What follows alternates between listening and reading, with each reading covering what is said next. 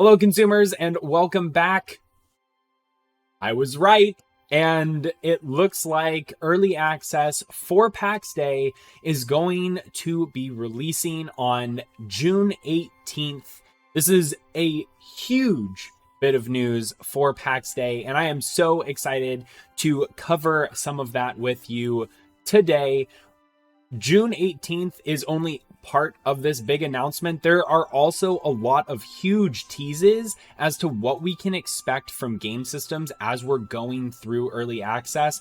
And we're going to cover all of that and a little bit more of the FAQs in this video. So make sure you stay tuned all the way to the very end to make sure that you don't miss any of it. As always, subscribe so that you can get notified whenever new Pax Day related content comes out on our channel, and share with any of your friends who might be interested in Pax Day. There is a lot of information to go over today, so let's go ahead and get over to it. All right, so first things first, we had the announcement introducing Pax Day Early Access. Join the journey today. There are 3 different packs that are possible for you to buy as founders. We will talk about that, a couple of the FAQs in this article, and then there's also a second article that nobody's been talking about yet, and it is even more exciting, at least for me personally, than what information we got from Mainframe today. So we'll talk about that too. But first things first, let's get to the big meat and potatoes. There is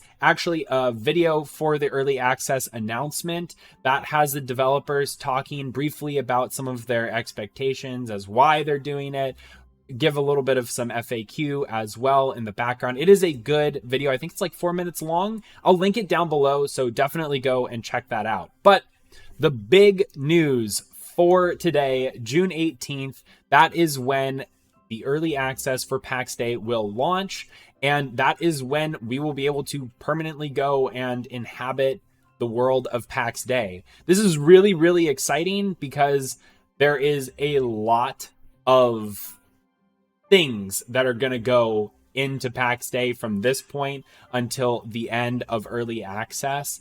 And we are going to talk about some of the FAQ now. So we're going to head over to the official Discord so we can see what some of those questions and responses are. I'll see you over there.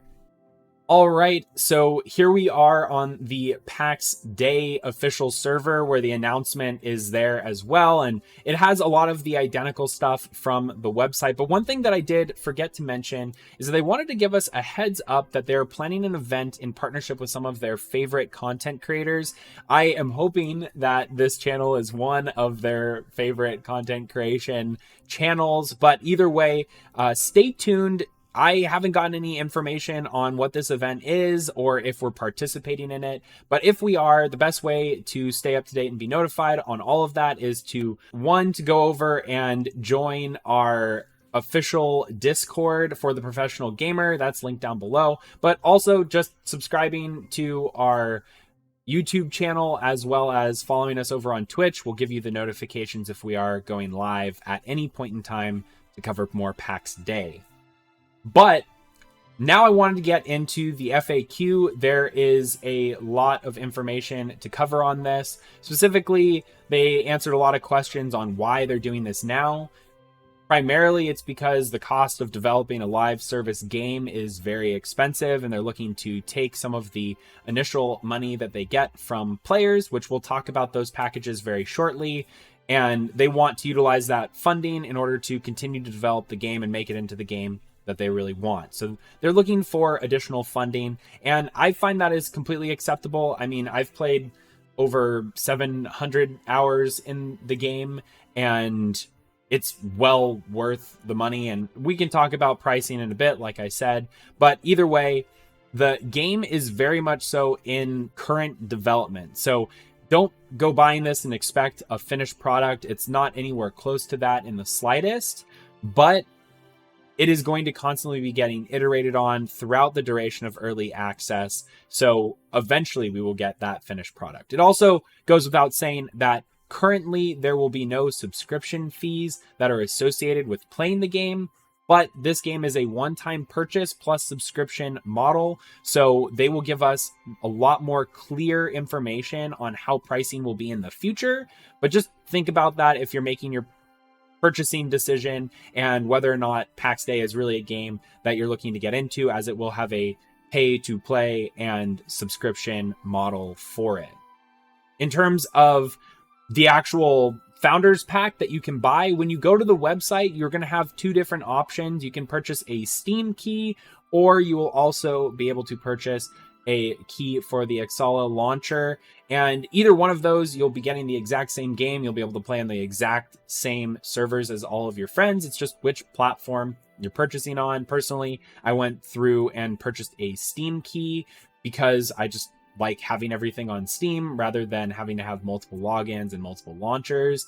But hopefully that also means Mainframe is getting the most of their money, since I'm purchasing off of their website a Steam key as opposed to off of the Steam platform themselves, where they'll be taking a cut. Either way, that's just how I made my decision.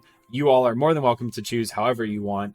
Now, you will get a Steam key if you choose the Steam key option at a later time. Whenever those keys become available, it'll get emailed to you with whatever email your account is linked to. So just be on the lookout for that. Check your spam folder, make sure that Mainframe Industries isn't blocked, and you should be good there.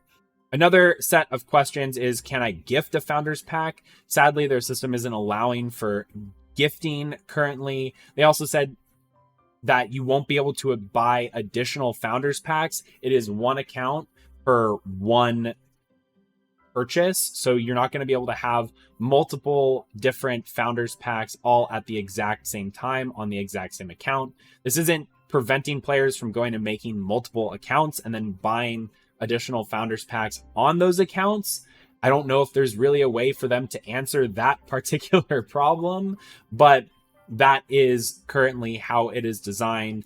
And there are going to be a couple of different numbers of character slots and plots that we'll talk about now very, very shortly, because we're going to go back over to the website and talk about the different Founders Packs. I'll see you over there. All right, here we are on the pre-purchase page for early access. You can see that there are 3 different options that you can choose from: a €40 option, a €60 option, and a €100 option. These are in euro for some reason. I think it billed me in US dollars though, so nothing to worry about on that front. I think that might just be a bug with the website. Either way, there are 3 different options, and really where the differences lie in the number of plots that your account has and the number of character slots that your account has. Now, if you just go with the base Journeyman package, you will have 1 plot of land and 2 character slots, whereas Artisan will get 2 plots and 4 character slots, and then the Master Founders Pack will have 4 plots of land and 6 character slots. You might be asking, why different character slots, and are these plots of land going to be exchangeable, or is it per character that I get this plot of land or per account? And the answer to that is the plots are connected on an account basis. So you have 1 plot of land and 2 characters as a journeyman. Well, that means that only 1 character is going to be able to have a plot. The other character is going to have to go out and explore the world, or find a group of players to participate with. So it is just important to note that these plots of land and characters are account based. You only have 1 to 4 plots of land per account and only 2 to 6 characters per account. The reason why they give us additional characters is so that you can go and explore various places around Pax Dei without having to physically transport your character around. It is going to be a very large world, so there will be some benefits to players looking to explore without having to physically move their main character from point A to point Z, a 12-hour journey away, when they don't even know if they actually need to be there before they make that 12-hour journey. So it is useful to have those options there. Now, there are a couple of other exclusive things that come with different purchasing tiers. So for Journeyman, you do get a Founder's outfit. This is just cosmetic. You're not getting any additional benefits to the gear that you're able to craft with these recipes. And that is important to note as well. These are recipes. They are not the actual equipment themselves. The artisan will also have access to the Hunter's Lodge set of building items, whereas then the master will have access to the Wyvern building set. And we have a couple of pictures down here of what those look like. So this is the journeyman crafting set of recipes. You can see that there is both a male and female version of the tunic, and it is a decent set, where I really like the Founder's Emblem necklace. That looks really cool, as well as the cape looks to have a awesome skin on it for it having the same Founder's Emblem there, which is a kind of cool, almost calligraphy style of the Pax Dei emblem. Then we have the Hunter's Lodge, where there's also some banners or tapestries that you'll be able to hang up. I think this is actually the first type of tapestry type thing that we've ever seen in game. That type of cosmetic item hasn't existed yet to place in homes. And then also the Hunter's Chandelier and Drinking Horn and table and bench. So those are some really cool recipes. And then right here, we also have the Wyvern building set. So you'll be able to put a wind vane at the top of your building, as well as get some really intricately done support beams. And you can also get some short and long beams with some more intricate artwork done on them. And that is all really cool to see. And then we're back to that. So early access is early access. Your purchase will carry over into the actual release of the game. As I mentioned previously, there is going to be a subscription fee once the game is launched. And it did mention down here that Pax Dei Early Access is scheduled to last at least to June 2025, possibly longer. So they're looking to turn this game around into a full release game in approximately a year from early access. I think that's probably safe to assume it's going to be extended, but either way, I am glad that they have a timeline for that. And they did mention that as they get closer to launching early access, they will have a roadmap outlining where they plan to go in the next couple of months as they continue to develop the game out. This is all very exciting news. But as I mentioned at the start of this video, some of the most exciting information actually came out in a separate article that Mainframe didn't even post themselves. This is a PC Gamer article. It was posted a couple of hours ago, and it has a couple of key bits of information for what we can expect from Pax Dei in the next couple of weeks, months. And I just want to cover it because this is really exciting stuff. It talks about knighthoods as well as churches and religion, specifically parishes. So let's go ahead and go over to that article, and I'll pick out a couple of the really exciting parts there. All right, here we are at the PC Gamer article. I have it linked down below if you want to read the entire thing. I'm just going to be pointing out a couple of things that really excited me, and that's found a little bit further down in the article. We talk about going and getting trousers and how it's difficult. There's also a lot of really good quotes in there about how the developers are looking to change and update that as they get to early access, and they've been making some changes, it says.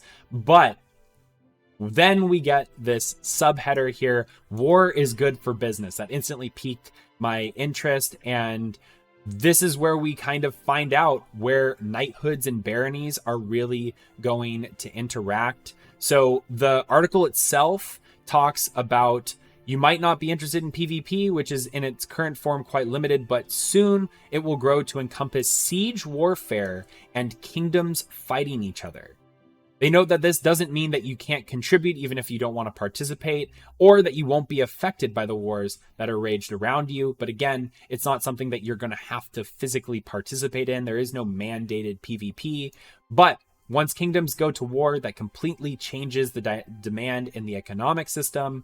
All of a sudden, food prices are going to be changing. The demand for food is going to be going through the roof because you need to be able to feed all of your soldiers so that they can get the buffs that are necessary. But then it also goes to talk about concepts like knights, kingdoms, and baronies will be coming over time, starting with knights, which will serve as the basis for the feudal system. Players will be able to swear allegiances to knights and therefore turn into their soldiers, ready to start causing a ruckus in PvP. Eventually, knights will be able to band together to form baronies, which will allow them to build castles and fortifications outside of PvE heartlands.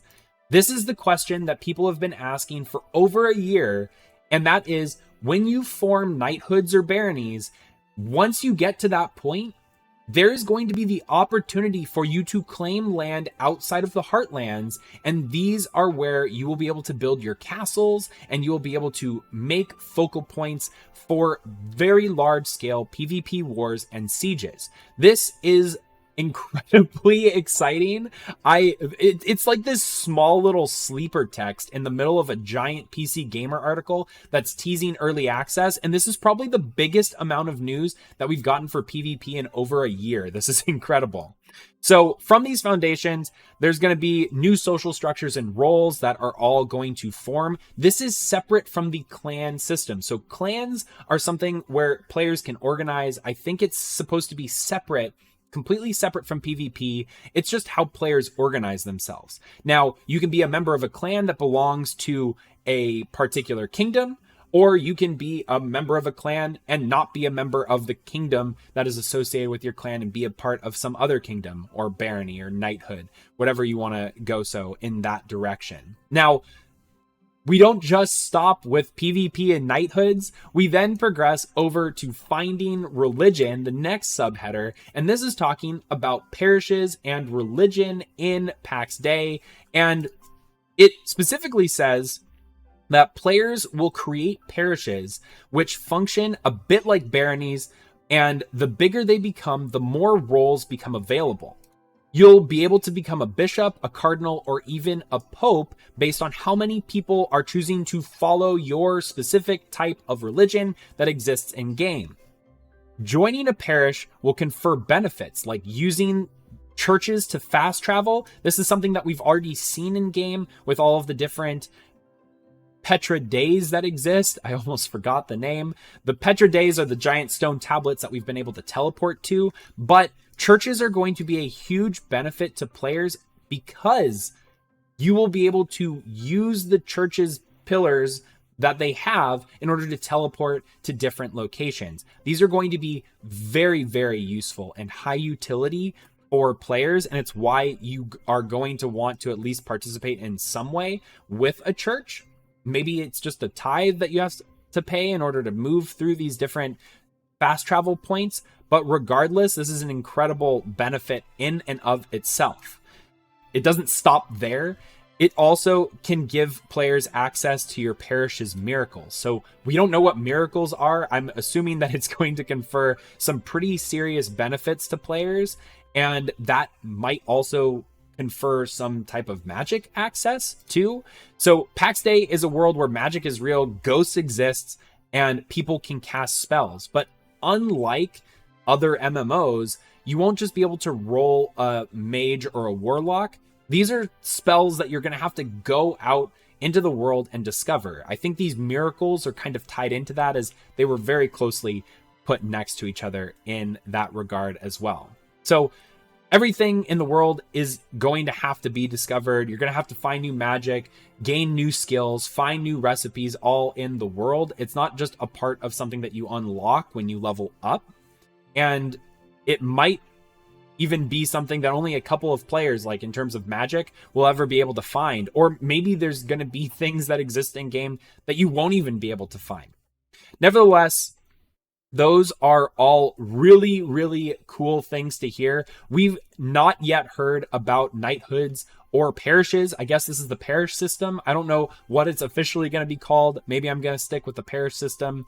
But these are both two social systems that are tying into the game and have very different aspects associated with them. With knighthoods being able to take and claim areas that are outside of the heartlands, that is going to be very, very highly contested over. Now, it also mentioned in the article that there isn't going to be territory locking. It's not like a kingdom is going to take over an entire area. This is all socially locked together. So players who choose to be a member of a kingdom are going to get the kingdom's benefits, but also the costs being associated with that kingdom.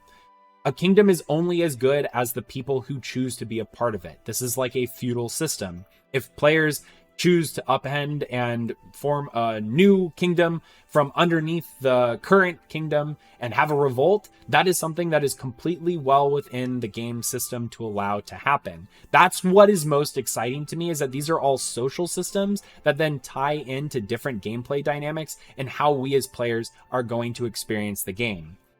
It's all done in a very logical way, but a responsible way as well, where I would imagine there's a lot of constraints that are going to be put against players just being able to manipulate these systems.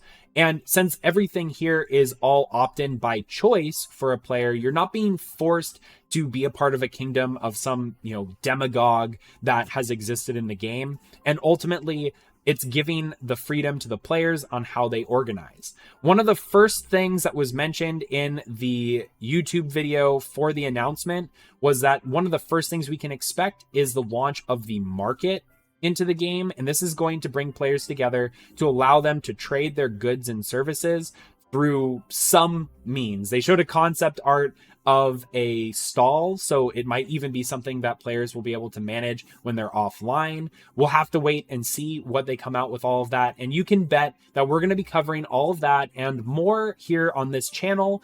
We have been covering Pax Dei for over a year and 6 months now, or at least a year and 4 months at this point, ever since the game was announced. And we're going to continue to be here and covering it for all of you so that you can stay updated and informed with all of the most exciting things related to Pax Dei. We still have the PAX Friday review coming out this Friday.